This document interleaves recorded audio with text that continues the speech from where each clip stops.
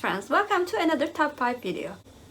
I'm really excited for this top 5 video because I'm going to talk about some Turkish books that have been translated into English. Some of my friends have been currently asking about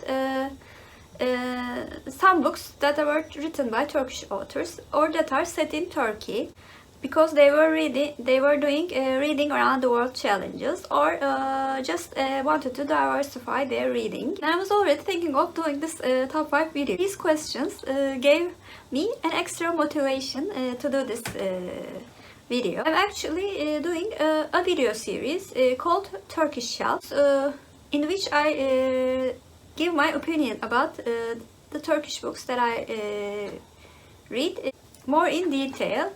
And I will link the playlist down below. But I do these videos once in 2 months. But I will probably extend my scope and do the books that are set in Turkey as well. And we'll try to do these videos once a month. In this top 5 video, I'm going to talk about the books that I haven't talked about in my Turkish Shelf video.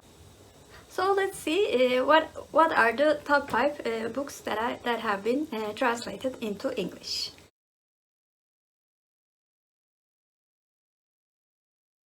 In the 5th place, we have a very famous Turkish author, Orhan Pamuk. I'm going to talk about one of his earlier works titled My Name is Red.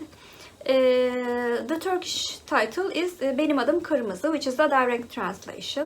This book was originally published in 1998 and it was translated into English in 2006. This book takes place in 16th century Istanbul. The Ottoman Sultan has commissioned a cadre of the most acclaimed artists in the land to create a great book celebrating the glories of his realm. Their task is to illuminate the work in the European style. But because the figurative art can be deemed to affront an Islam, this commission is a dangerous proposition indeed. And panic erupts when one of the chosen miniaturists disappears. The only clue to the mystery or crime lies in the half-finished illuminations themselves. I think I read this book only a couple of years after its publication. Of course, I read it in Turkish. Although Orhan Pamuk writing style is not a favorite style of mine, I remember enjoying this historical fiction book, mainly because historical fiction is my favorite genre, and also it includes a mystery. The writing style is flowery, but it's not very hard to follow. And I found the concept very interesting and really enjoyed reading about the artists and the art style, maybe because I'm an architect and the ornaments in Islamic architecture have a very significant meaning. It was great to remember about those significances in this book. So I will advise this book to both historical fiction and mystery readers, as well as who are interested in art history as well.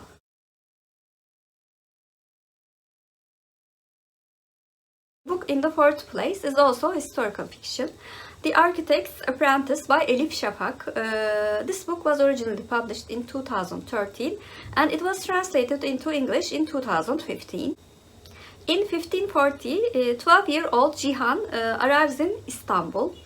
As an elephant tamer in the Sultan's menagerie, he looks after the smart elephant Kota and befriends and then falls for Sultan's beautiful daughter Mihrimah. A palace education leads Cihan to Mimar Sinan, the empire's chief architect, who takes Cihan under his wing as they construct, with Çota's help, some of the most magnificent buildings in history, including the incredible Süleymaniye and Selimiye mosques. This book has a special place in my heart because of the concept of architecture, actually. But many of my friends who are not architects also love this book because it's a very good historical fiction, and you cannot help but love Cihan, who's a very sweet child and then becomes a very kind man. Although he's a fictional character, you feel like he is one of the four apprentices of the great architect Sinan. So similarly, I advise this book to both historical fiction lovers as well as art history lovers.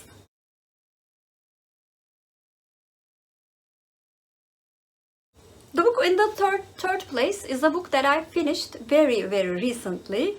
I haven't even wrapped up this book yet. Time Regulations Institute by Ahmet Hamdi Tampınar. The book was first published in 1954 and it was translated into English in 2014. Our main character is Hayri İrdal. He's a charming anti-hero who becomes entangled with an eccentric cast of characters, a television mystic, a pharmacist who dabbles in alchemy, a dignitary from the lost Ottoman Empire, a clock whisperer, and then he becomes a part of the Time Regulations Institute, a vast organization that employs a hilariously intricate system of fines for the purpose of changing all the clocks in Turkey to Western time. And the story of Hayri İrdal's absurdist misadventures plays out a brilliant allegory of the collision of tradition and modernity, of East and West, infused with a poignant blend of hope for the promise of modernity and nostalgia for simpler times. I really loved the last sentence of this synopsis because it really encompasses what the book is. The book is actually very witty and really makes a very good criticism of the conflicts in the society. It becomes more absurd and more absurd as the book progresses. You cannot help but try to find out how this organization became so popular in the country. I actually laughed out loud in some parts of the book. Some descriptions were hilarious actually. I don't know if it will be very prominent in the translation, but there were some plays of Turkish words and Turkish phrases which added an additional value to the literary side of the book. But as I've said before, it's mainly a witty criticism of the conflicts between modernist and traditional society. And it's a wonderful book for literary fiction readers who likes criticism of society.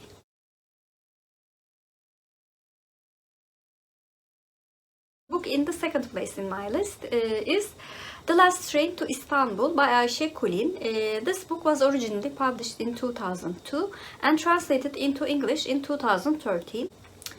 The book follows the daughter of one of Turkey's last Ottoman pashas, Selva, who falls in love Jewish Rafael Alpanderi, the handsome Jewish son of an esteemed court physician.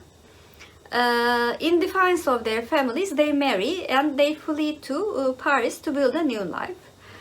But when the Nazis invade France and begin rounding up Jews, the exiled lovers will learn that nothing, not war, not politics, not even religion, can break the bonds of family. And after they learn that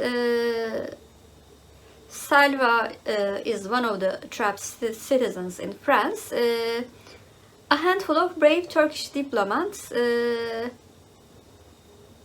hatch a plan to return the couple and hundreds of innocent Jews to safety, and together they form a plan to carry those passengers to Istanbul by train. I remember being very emotional while reading this book. It was one of the best books that I have read about World War II in Turkish literature. Although Turkey has not been a side in World War II, the war affected the country very much, like all the other countries. And the social aspect and how Turkey became a safe haven for many of the Jews is a story that was told by our grandparents. And while they stayed in Turkey, these immigrants helped the development of Turkish Republic, for example, by doing urban planning, by raising many talented young people in universities. And this emotional story actually tells one of the unknown sides of those people who came to Turkey. And it's also a wonderful love story. So that's why it's one of my favorites in this list.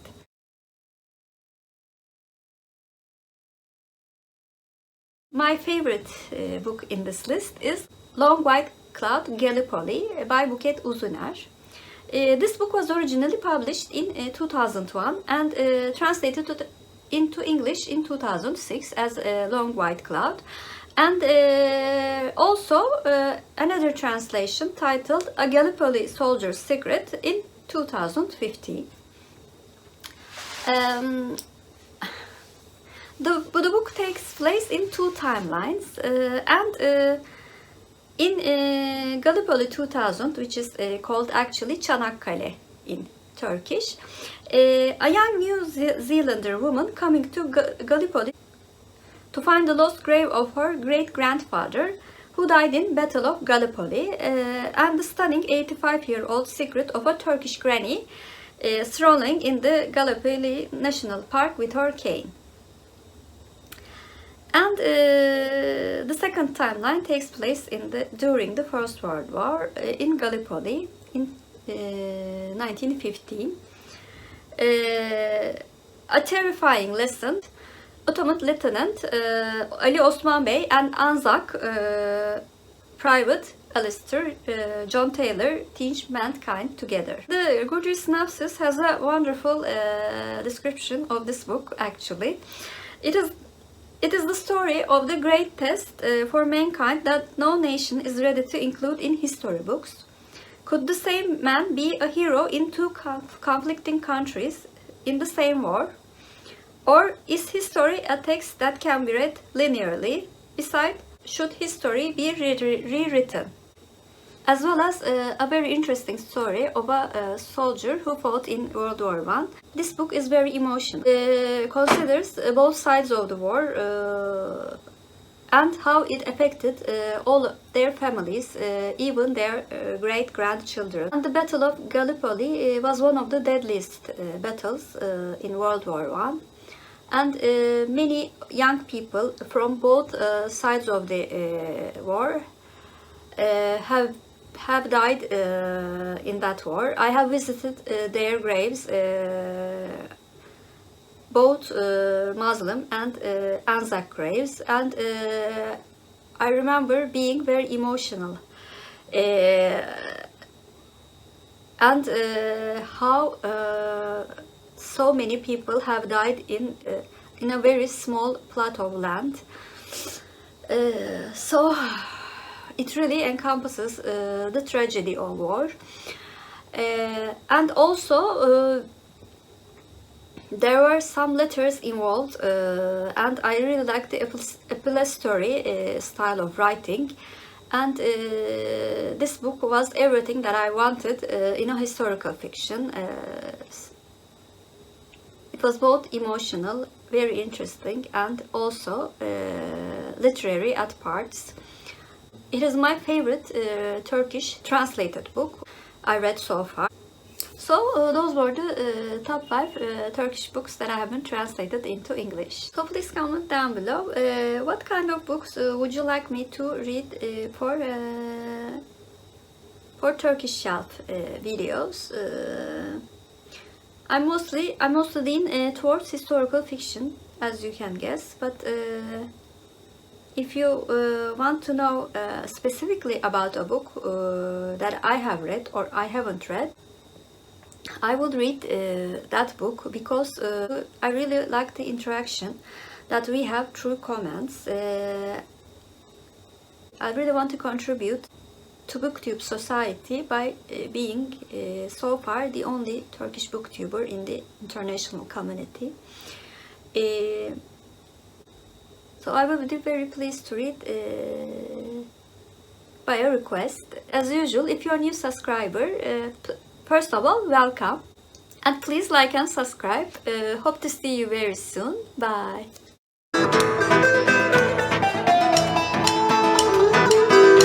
As for Turkish word of the day, since the number one book in this list was called Long White Cloud, I thought cloud should be the word of the day. Cloud means bulut in Turkish and bulut is our Turkish word of the day.